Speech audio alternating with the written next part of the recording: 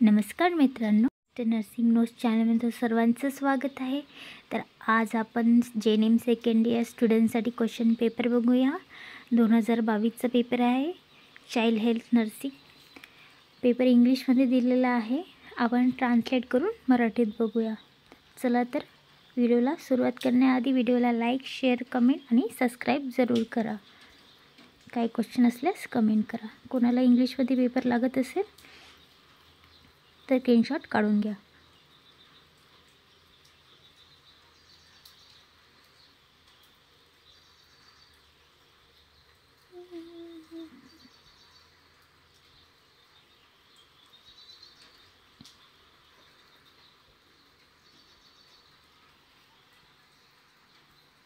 चला तर व्हिडिओला सुरुवात करूया।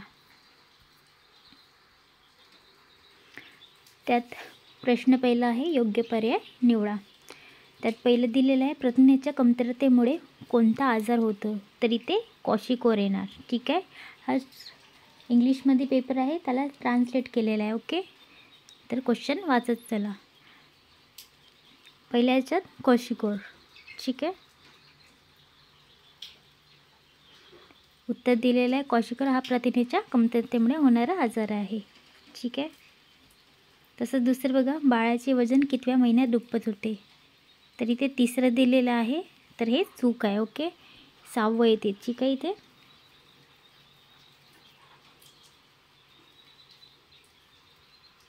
6। ठीक आहे, फर्स्ट येते इथे, तर हे लिहू नका।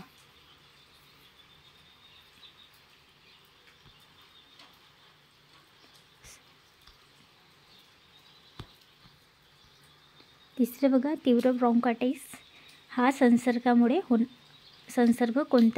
कोणामुळे होतं, तर इथे विषाणू येणार। ठीक आहे, बी विषाणू।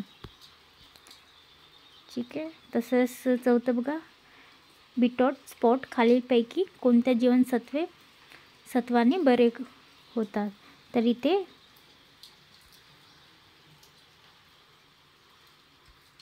जीवनसत्व अ दिलेलं आहे। ठीक आहे, बिटॉट स्पॉट हे जीवनसत्व ए ने बरे होतात। तसंच खालीलपैकी 5वा आहे, खालीलपैकी कोणती लस मारलेली लस आहे, म्हणजे मेलेल्या जंतूंनी बनवलेली आहे, तर इथे पोलिओ येणार। ठीक आहे,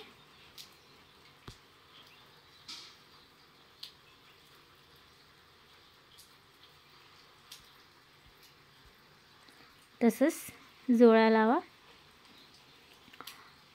अ गट आहे, हिमोग्लोबिनला ॲनिमिया, रक्ताल्प म्हणजेच ॲनिमिया। दुसरा आहे बाळ, त्याच्यासमोर आन्सर दिलेलं आहे, पॅराग्राफ्स।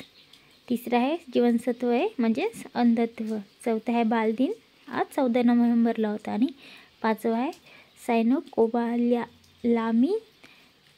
तर हा पाण्याच्या विद्राव्य जीवनसत्वामुळे होतो। ठीक आहे, तर हे झालं आपल्या जोळा लावा। तसंच चुकी बरोबर बघा, प्रश्न पहिल्यामधलंच आहे हे, तिसरं। त्यात आहे खालील विधाने चुकी बरोबर ते लिहा। तर त्यात पहिलं बघा, हायपरप्रोटीनेमिया हे नेफ्रोटिक सिंड्रोममध्ये दिसतात, तर ही चूक आहे, कारण हायपरप्रोटीनेमिया म्हणजेच प्रथिनाचे कमतरतात यामध्ये दिसते। ठीक आहे, तर पहिलंवालं चूक आहे, त्याच्याबरोबरच उदाहरण दिलेलं आहे। दुसरं बघा, क्षयरोग हा संसर्गजन्य रोग आहे, तर बरोबर आहे। टीबी म्हणजेच ट्युबरक्लोसिस हा जंतू संसर्गाने पसरणारा रोग आहे। ठीक आहे, तसेच तिसरं बघा, हाडांच्या वाढीसाठी जीवनसत्व डी आवश्यक असते, तर बरोबर आहे। म्हणूनच आपण लहान मुलाला उन्हात वगैरे ठेवतो सकाळच्या ह्याच्यात। तसंच चौथं बघा, मोठे डोके याला मायक्रोसेफली म्हणतात, तर हे चूक आहे। मायक्रोसेफली म्हणजे लहान डोके, मोठे डोके म्हणजेच मेगोलोसेफली।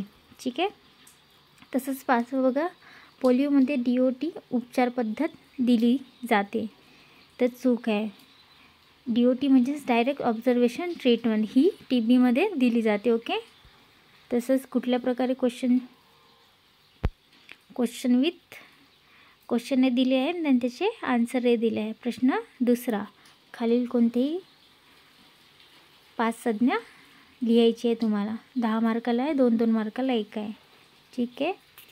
लस दिलेली आहे. त्यात लसची व्याख्या बघा. लस म्हणजे विशिष्ट रोगापासून शरीराचे संरक्षण करण्यासाठी दिले जाणारे जैविक तयार औषध.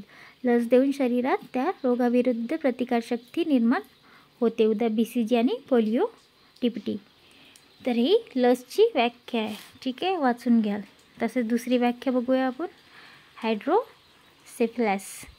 तर हायड्रोसेफॅलसची व्याख्या बघा. हा मेंदूतील द्रव CSF अतिप्रमाणात साचल्यामुळे मेंदूच्या पोकळ मोठ्या होतात आणि डोक्याचा आकार वाढतो. हा जन्मजात किंवा नंतर होणारा दोष आहे. तर हे हायड्रोसेफॅलसची व्याख्या आहे. तसंच तिसरं बघा, हायपोथर्मियाची व्याख्या. जेव्हा शरीराचे तापमान 35 सेल्सिअस म्हणजेच 95 फॅरनहाईट पेक्षा खाली जाते तेव्हा ही अवस्था उद्भवते. हे थंड हवामानामध्ये ओले कपडे किंवा उघड्यावर झोपल्याने होऊ शकते. यामुळे हृदय, श्वसन आणि मज्जासंस्थेवर परिणाम होतो. तर हे हायपोथर्मियाची व्याख्या आहे. लिहून घ्या. तसेच डी बघा, लंबर पंक्चर. तर लंबर पंक्चरची व्याख्या बघूया. ही एक वैद्यकीय प्रक्रिया आहे ज्यात कमरेच्या पाठीच्या हाडामधून सुई टाकून स्पायनल फ्लूइड CSF काढलेले जाते. याचा उपयोग निदान, डायग्नोसिस व औषध उपचारासाठी केला जातो. तर ही लंबर पंक्चरची व्याख्या आहे. पाठ करून घ्या. तसंच ई बघा, ब्रॉन्कोएटेक्सिस. तर हा एक श्वसन मार्गाचा दीर्घकालीन आजार आहे. यामध्ये फुफ्फुसामधील ब्रॉन्काईल नलिकाची स्थायी रूपाने रुंदावणे होते म्हणजेच मोठे होते, ज्यामुळे खोकला, कफ आणि श्वसनाचा त्रास होतो. ठीक आहे. तर हे ब्रॉन्कोएटेक्सिसची व्याख्या आहे. तर लिहून घ्या. कुपोषणाची व्याख्या बघूया. तुम्हाला इथून कुठलेही फक्त 4 लिहायचे आहे. मी तुम्हाला पूर्ण त्याचे आन्सर देत आहे. ठीक आहे. कुपोषण म्हणजेच मालन्यूट्रिशन. शरीरातील आवश्यक ते पोषक घटक, प्रथिने, जीवनसत्व आणि खनिजे कमी किंवा जास्त प्रमाणात मिळाल्यास कुपोषण होतं. यामुळे वाढ, विकास, रोगप्रतिकारशक्ती कमी होते. तर ही आपल्या कुपोषणाची व्याख्या आहे. ठीक आहे. तर हे झाला आपला प्रश्न दुसरा. आता प्रश्न तिसरा बघूया. शॉर्ट नोट्स आहे, टिपा लिहा. तर प्रश्न तिसरामध्ये पहिला आहे विनिंग आहार म्हणजे स्वायनिंग आहार. विनिंग म्हणजे बाळाच्या आईच्या दुधापासून हळूहळू इतर अन्नपदार्थ स्थलांतर करणे. 6 महिन्यानंतर बाळाची पोषणाची गरज वाढते, जी फक्त आईच्या दुधामधून पूर्ण होत नाही. म्हणून 6 महिन्यानंतर विनिंग आहार सुरू करावा लागतो. म्हणजे 6 महिन्यानंतर दुधाबरोबर आपला म्हणजे आहार दिला जातो. जसे खिचडी, भाताची पेज वगैरे, त्यालाच विनिंग आहार बोलले जाते. तसेच विनिंग आहाराचे वैशिष्ट्य बघूया. अगदी पातळ, गुळगुळीत व पचनासाठी सोपे अन्न द्यावे. सुरुवातीला छोट्या प्रमाणात अन्न देऊन हळूहळू प्रमाण वाढवावे. उदा डाळीचे पातळ काळ म्हणजे डाळीचे पाणी, भाताचे पाणी, फळाचे गर, रवा, खीर इत्यादी. अन्न स्वच्छ, उकळलेले व घरगुती असावे. एका वेळी एकच नवीन अन्न दिल्यास ते बाळाच्या मानवते का नाही ते समजते. तर हे झालं आपलं विनिंग आहार. आणखी नाही, बाळाच्या चमच्याने किंवा कपाने अन्न द्यावे. बाटलीचा वापर टाळावा. त्याचे फायदे बघूया विनिंग आहारचे. शरीराची वाढीस पोषण मिळणे, आईचे दूध हळूहळू बंद करता येते, बाळाची भूक वाढते म्हणजे भागते, पचनशक्ती सुधारते. ठीक आहे. हे झाला विनिंग आहार. आता दुसरं बघूयाच असलंच किशोरावस्थेतील शारीरिक आणि मानसिक बदल, चेंज ऑफ ॲडोलेसन्स. तर किशोरावस्था म्हणजे बालपण आणि प्रौढत्व यामधील संक्रमणावस्था. ही अवस्था साधारण 10 ते 19 वयोगटात येते. यामध्ये शारीरिक, मानसिक, लैंगिक आणि सामाजिक बदल होतात. ठीक आहे. हे झालं किशोरावस्था. तर त्यात बघूया सामाजिक बदल काय होते आपल्या शरीरात. शारीरिक बदल होते, उंची वाढते, वजन वाढते, मुलामध्ये मिशी दाढी येते, आवाज भारी होतो, मुलीमध्ये स्तनवाढ होते आणि मानसिक वाढीची सुरुवात होते. तर हे झालं त्याचे शारीरिक बदल. तसेच केस त्वचेत बदल होतात, गंध येतो, लैंगिक अवयाची वाढ होते. तसंच त्याच्यातलं दुसरं पण बघूया, मानसिक वाढ.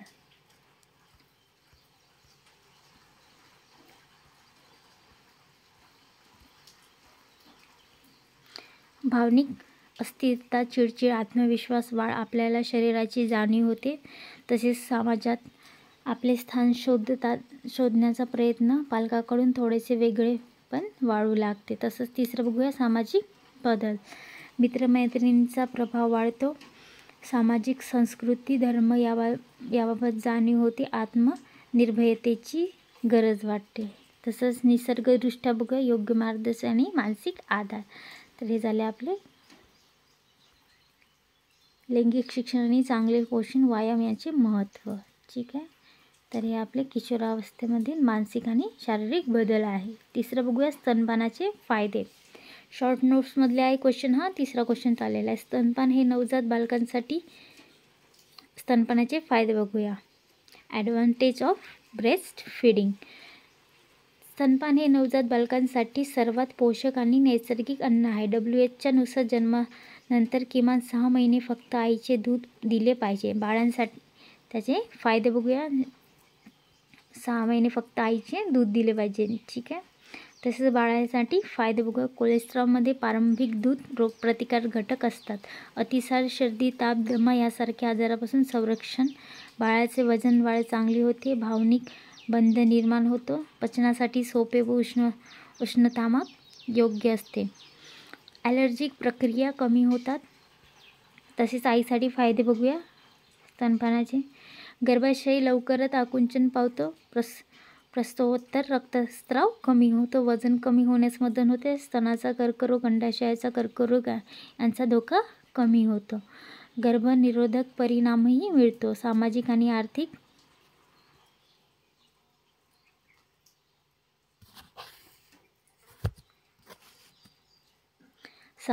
आर्थिक फायदे. खर्च वाचतो. कुटुंबाचे आरोग्य सुधारते. स्तनपानामुळे बाळ आणि आई यांच्यात आत्मीयता वाढते. हे झालं स्तनपानाचे फायदे बाळाला पण आणि आईला पण. आता तसंच चौथं बघूया, मध्यान्ह भोजन योजना, मिड डे मील प्रोग्राम. तर ही योजना भारत सरकारने 1995मध्ये सुरू केली आहे. याचा उद्देश शालेय वयातील मुलांना कुपोषण कमी करणे आणि त्यांची शाळेतील उपस्थितता वाढवणे हा आहे. तर मध्यान्ह भोजन म्हणजे कुपोषण कमी करणे आणि शाळेतील उपस्थिती वाढवणे. उद्दिष्टे बघूया. शालेय मुलांना सकस आणि गरम अन्न देणे. कुपोषण कमी करणे. गरीब मुलांना शाळेत आकर्षित करणे. सामाजिक समतेची भावना निर्माण करणे. सांस्कृतिक महिलांना रोजगार उपलब्ध करून देणे. अन्नाचे स्वरूप. तांदूळ, डाळ, भाजी, गहू, तेल इत्यादी. काही ठिकाणी अंडी, दूध, फळेही दिले जातात. फायदे बघा. मुलांचे वजन वाढणे, आरोग्य सुधारते, शैक्षणिक परिणाम चांगले होतात, मुलांना शाळेत येण्याची प्रेरणा मिळते आणि मुलामुलांमध्ये समानतेचा भावना वाढते. ठीक झालं. ही झालं आपलं मिड डे भोजन. तसंच HIV नेक्स्ट क्वेश्चन बघूया. 5वालं, HIV एड्स असलेल्या बालकांची परिचर्या. Nursing management of child with HIV AIDS. तर HIV एड्समुळे बालकांना रोगप्रतिकारशक्ती कमी होते आणि विविध संसर्ग होतात. यासाठी विशिष्ट परिचर्या गरजेची असते. त्यात बघा, शारीरिक देखभाल, स्वच्छता राखणे, हात धुणे, कपडे स्वच्छ ठेवणे, पोषणयुक्त आहार, प्रथिनयुक्त व जीवनसत्वयुक्त आहार द्यावा, वेळेवर औषध, विशेषतः ART नियमित देणे. ठीक आहे. अँटीव्हायरल थेरपी, ART म्हणजेच. इतर संसर्गापासून रक्षण, ताप, त्वचारोग, श्वसन संक्रमण टाळणे. तसं त्याच्यात दुसरं बघूया, मानसिक व सामाजिक आधार. बालकाला प्रेमाने आणि सहानुभूतीने हाताळणे, समाजातील भेदभाव टाळणे, भावनिक आधार देणे, भीती, तणाव कमी करणे, शाळेतील सहभाग आणि आनंददायक वातावरण ठेवणे. ठीक आहे. तसंच तिसरं बघूया, पालकाचे मार्गदर्शन. HIV कसा पसरणारा नाही हे समजावून सांगणे, कशाने पसरणार नाही हे समजावून सांगणे, औषध वेळेवर कसे द्यायचे ते शिकवणे, अन्न स्वच्छता याचे महत्त्व सांगणे, मुलांच्या वाढीवर लक्ष ठेवणे. ठीक आहे. तर हे झालं आपलं HIVचं. आता नेक्स्ट क्वेश्चन बघूया. प्रश्न 4, मास्टर वय 6 वर्ष. अतिसाराने बालवाडामध्ये भरती आहे. तर 6 वर्षाचा मुलगा आहे जो अतिसाराने वाडामध्ये भरती आहे. तर अतिसाराची व्याख्या बघूया. अतिसार म्हणजे काय ते बघूया. अतिसार म्हणजे काय? 2 मार्काला क्वेश्चन आहे हा. इम्पॉर्टंट क्वेश्चन आहे, लिहून घ्या. अतिसार म्हणजे दिवसातून 3 किंवा अधिक वेळा पातळ शैल आणि पाण्यासारखे मल होणे, म्हणजे शौचास होणे. दिवसातून 3 ते 4 वेळा, ते पण पातळ पाण्यासारखी. ही एक सामान्य पण गंभीर स्थिती आहे. विशेषतः लहान मुलांमध्ये यामध्ये शरीरातील पाणी व क्षार इलेक्ट्रोलाइट्स लवकर बाहेर टाकले जातात, ज्यामुळे निर्जलीकरण होऊ शकते, म्हणजे डिहायड्रेशन होऊ शकते. ठीक आहे. बार आपल्या शरीरातून पाणी आणि क्षार बाहेर टाकले तर. ठीक आहे. अतिसाराची चिन्हे व लक्षणे बघूया. 3 मार्कासाठी दिलेलं आहे. पातळ व वारंवार मल दिवसातून 3 वेळा अधिक वेळा. ठीक आहे. उलटी होणे, ताप येणे, अशक्तपणा, थकवा, डोके काय फालतू म्हणा. अशक्तपणा, थकवा, डोळे आत गेले, त्वचा कोरडी ओली सुकलेली, लघवी कमी होणे, तहान वाढलेली, रडताना अश्रू न येणे, डिहायड्रेशनचे चिन्हे व लक्षणे. तर हे आपले अतिसाराचे चिन्हे लक्षणे आहे.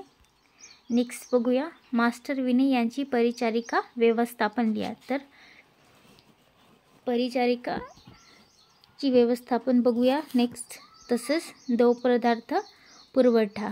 ठीक आहे. तसंच ORS देणे, वेळोवेळी उलटी असल्यास थोड्या प्रमाणात वारंवार द्रव देणे, तसेच गरज असल्यास IV फ्लूइड सुरू करणे डॉक्टरच्या सल्ल्याने. ठीक आहे. औषधोपचार बघूया. तापासाठी पॅरासिटामॉल, संसर्ग असल्यास अँटीबायोटिक आणि झिंक सप्लिमेंट देणे. ठीक आहे. WHO नुसार. तसंच तिसरं बघा, आहार व्यवस्थापन. पचणारे कमी तूप असलेले अन्न द्यावे. दूध, भात, फळांचे गर, उकडलेली भाजी हे अतिसारामध्ये द्यावेचे असते. ठीक आहे. स्वच्छता, बाळाची स्वच्छता राखणे, हात स्वच्छ व निर्जंतुकीकरण, तसेच निरीक्षण व नोंद बघूया. तापमान, मलाचा प्रकार, लघवीचे प्रकार यावर लक्षणे ठेवून निर्जलीकरणाची लक्षणे सतत तपासणे. ठीक आहे. नेक्स्ट बघूया. अतिसार टाळण्यासाठी मास्टर विनयच्या पालकांनी कोणते आरोग्य शिक्षण द्याल? 5 मार्कासाठी लिहून घ्या. स्वच्छ पाणी वापरणे, पाणी उकळून किंवा फिल्टर करून प्यावे. तसंच दुसऱ्या त्याच्यातलं अन्न स्वच्छतेची काळजी घेणे, अन्न बनवण्याआधी आणि जेवणाआधी हात स्वच्छ धुणे, शिजवलेले अन्न झाकून ठेवणे. तसंच तिसरं बघा, हात स्वच्छ ठेवणे, मुलांच्या मलानंतर व जेवणापूर्वी दोघांचेही हात धुणे. तसंच लसीकरण आहे. रोटाव्हायरस, पोलिओ यासारख्या रोगांची लसी वेळेवर देणे. ठीक आहे. तसंच 5 बघा, ORS वापराचे महत्त्व. अतिसार झाल्यास ORS द्राव द्यावे. झिंक सिरपचे महत्त्व समजावणे. ठीक आहे. तसेच शौचालय स्वच्छ ठेवून उघड्यावर शौच टाळणे. त्याच्यातलंच ऑरमधले क्वेश्चन बघूया. ठीक आहे. तुम्हाला प्रश्न चौथ्यामध्ये 2 प्रकारे क्वेश्चन दिले जाईल. वरचे 3 क्वेश्चन राहील आणि खालचे 4 क्वेश्चन राहील, किंवा वरती 4 क्वेश्चन राहील, खाली पण 4 क्वेश्चन राहू शकते. तर तुम्हाला 2 पैकी कुठलेही एकच क्वेश्चनचा आन्सर लिहायचा आहे. म्हणजे यात वरच्या 4 क्वेश्चनची किंवा खालच्या 4 क्वेश्चनची, दोन्ही लिहू नका, नाहीतर मार्क्स मिळणार नाही. तसंच किंवामधले क्वेश्चन बघूया. एक आहे न्यूरल ट्यूब डिफेक्ट्सचे प्रकार लिहायचे आहे तुम्हाला. NTD. ठीक आहे. म्हणजेच भ्रूणाच्या सुरुवातीच्या अवस्थेचे मज्जासंस्थेच्या विकासात होणारा दोष.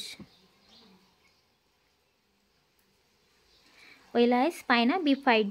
मज्जारज्जू स्पायनल कॉर्ड पूर्ण झाकलेले न गेलेले असते, पाठीवर गाठ असते. तसंच दुसरं बघा, ॲनेक्सेफॅलिया. मेंदूचा मोठा भाग व कवटी गायब असणे. गंभीर स्थिती, सहसा जन्मानंतरही काही तासाच मृत्यू. तर हे आपले प्रकार आहे हा न्यूरल ट्यूब डिफेक्टचे. ठीक आहे. पहिला आहे स्पायनल फिडा, दुसरा आहे ॲनेक्सेफॅलिया, तसंच तिसरं आहे ॲनेस्फायलोसेल मेंदू किंवा कवच बाहेर फुगलेले असते, डोक्याच्या मागच्या भागावर गाठ असते. तसेच मेनिंग्लोसेल चौथवाला प्रकार आहे. मेंदूचे आवरण बाहेर आलेले असते. स्नायूमध्ये कमजोरी, पायाची हालचाल मर्यादित. तसंच त्याच्यातलं दुसरं बघूया, बालकातील वर्तन व समस्येचे प्रकार. त्याचा आन्सर आहे चिडचिड व हट्टीपणा, कोणतीही गोष्ट मिळवण्यापर्यंत हट्ट करणे, शाळा टाळणे, अभ्यास न करणे, शाळेत जायला नकार, चोरी करणे. तिसरं आहे ही एक गैरवर्तनाची सवय असते, विशेषतः 5 ते 10 वयाच्या मुलामध्ये असते. ठीक आहे. अति मोबाईल, टी व्हीची सवय, अभ्यासाकडे दुर्लक्ष, निद्रानाश, सामाजिक दूरता, सोशल विड्रॉल, इतरांपासून दूर राहणे, आत्मगमनपणा, दुसऱ्यावर हल्ला करणे, मारहाण करणे, वस्तू फेकणे. नर्सिंगची भूमिका बघूया. योग्य समुपदेशन देणे, पालकांना मार्गदर्शन, शिक्षण व आरोग्यसेवकाचे सहकार्य. तसेच त्याच्यातलं तिसरं बघूया, निमोनियाचे वैद्यकीय व परिचारीय व्यवस्थापन बघूया. 5 मार्कासाठी विचारले आहे. त्याच्यात बघा, वैद्यकीय व्यवस्थापन, अँटीबायोटिक्स डॉक्टरच्या सल्ल्यानुसार, ॲमॉक्सिलिन. ठीक आहे, हे अँटीबायोटिक आहे निमोनियासाठी. तपासासाठी अँटीपेरेक्स्टिक्स, खोकल्यावर औषध आवश्यक असल्यास ऑक्सिजन थेरपी, झिंक सप्लिमेंट्स. तसंच परिचर्या व्यवस्थापन बघितलं निमोनियाचं, पुरेशी विश्रांती, झोप, स्वच्छ दमटमुक्त वातावरण, गरम पाण्याची वाफ देणे, पौष्टिक अन्न, दलिया, दूध, फळे, श्वसन व्यवस्था, तापमान नियमित तपासणे, डॉक्टरांच्या सूचनानुसार औषधी देणे, मुलाला उबदार ठेवणे. तसंच आता प्रश्न 5वा बघूया. सारिका, वय 3 वर्ष, थॅलासेमिया या आजारासाठी बालवाडामध्ये भरती आहे. तर त्याच्यातलं पहिलं क्वेश्चन बघूया. थॅलासेमियाचे वर्गीकरण लिहा, 3 मार्कासाठी आहे. ठीक आहे. थॅलेसेमिया हा अनुवांशिक रक्तविकार आहे ज्यामध्ये हिमोग्लोबिन तयार होण्यात अडथळा येतो. ठीक आहे. कुली ॲनिमिया, त्यात पहिला आहे थॅलेसेमिया मेजर, गंभीर स्वरूप, वारंवार रक्तदात्याची गरज असते. ठीक आहे. दुसरं बघा त्याच्यातलं थॅलेसेमिया इंटरमिजिया, मध्यम स्वरूप, काही लक्षणे दिसतात. तिसरं बघा थॅलेसेमिया मायनर, सौम्य स्वरूप, वाहक स्थिती, लक्षणे दिसत नाही. तसेच बी आहे त्याच्यातलं दुसरा क्वेश्चन आहे हा, थॅलेसेमियाची मेजर लक्षणे लिहा. तुम्हाला लक्षण लिहायचे आहे, वारंवार रक्त अल्पता म्हणजेच वारंवार रक्त होणे ॲनिमिया, अशक्तपणा, थकवा, हाडाची विकृती, मुख्यतः चेहऱ्यावरचे हाड, यकृता व पिला वाढलेली, त्वचेवर पिवळसरपणा, जॉन्डिस, वाढ, वजनात मागे राहणे, हृदयविकाराचा धोका. ठीक आहे. तसेच तिसरा क्वेश्चन बघूया. सारिकासाठी वैद्यकीय व परिचर्या व्यवस्थापन. वैद्यकीय व्यवस्थापन, वारंवार रक्तदान, blood transfusion, iron chelation therapy. ठीक आहे. तसेच फॉलिक ॲसिड सप्लिमेंट, नियमित रक्त तपासणी, बोन मॅरो ट्रान्सप्लांट काही प्रकरणात. परिचर्या व्यवस्थापन बघा. ताप, उलटी, अशक्तपणावर लक्ष ठेवणे, संक्रमण टाळण्यासाठी स्वच्छता राखणे, औषध वेळेवर देणे, आईवडिलांसाठी समुपदेशन, भावनिक आधार देणे. त्याच्यातलं चौथं बघूया. थॅलेसेमियाचे प्रतिबंधक उपाय बघून घ्या. पहिला आहे वाहक जोडप्यांची तपासणी. ठीक आहे. लग्नापूर्वी रक्त तपासणी, गर्भधारणेपूर्वी समुपदेशन, वाहक असणाऱ्या जोडप्यांना अनुवंशिकता सल्ला. तिसरा आहे जनजागृती, शाळा, कॉलेज, ग्रामीण भागामध्ये जनजागृती मोहीम. ठीक आहे. चौथा आहे प्रेग्नंटल डायग्नोसिस, गर्भात असणाऱ्या प्रेग्नेंटल डायग्नोसिस आहे, हे स्पेलिंग चुकलेलं आहे, गर्भात असताना निदान करून आवश्यक निर्माण घेणे, लसीकरण व योग्य पोषण, संक्रमणापासून संरक्षण. तर हा झाला आपला क्वेश्चन चाइल्ड हेल्थ नर्सिंगचा 2022चा क्वेश्चन पेपर आहे. इंग्लिशमध्ये दिलेला आहे, तुम्हाला मराठीत ट्रान्सलेट करून दिलेला आहे. तर काही क्वेश्चन असल्यास कमेंट करून विचारू शकता. चला तर भेटूया नेक्स्ट व्हिडिओमध्ये. धन्यवाद. व्हिडिओला लाईक जरूर करा.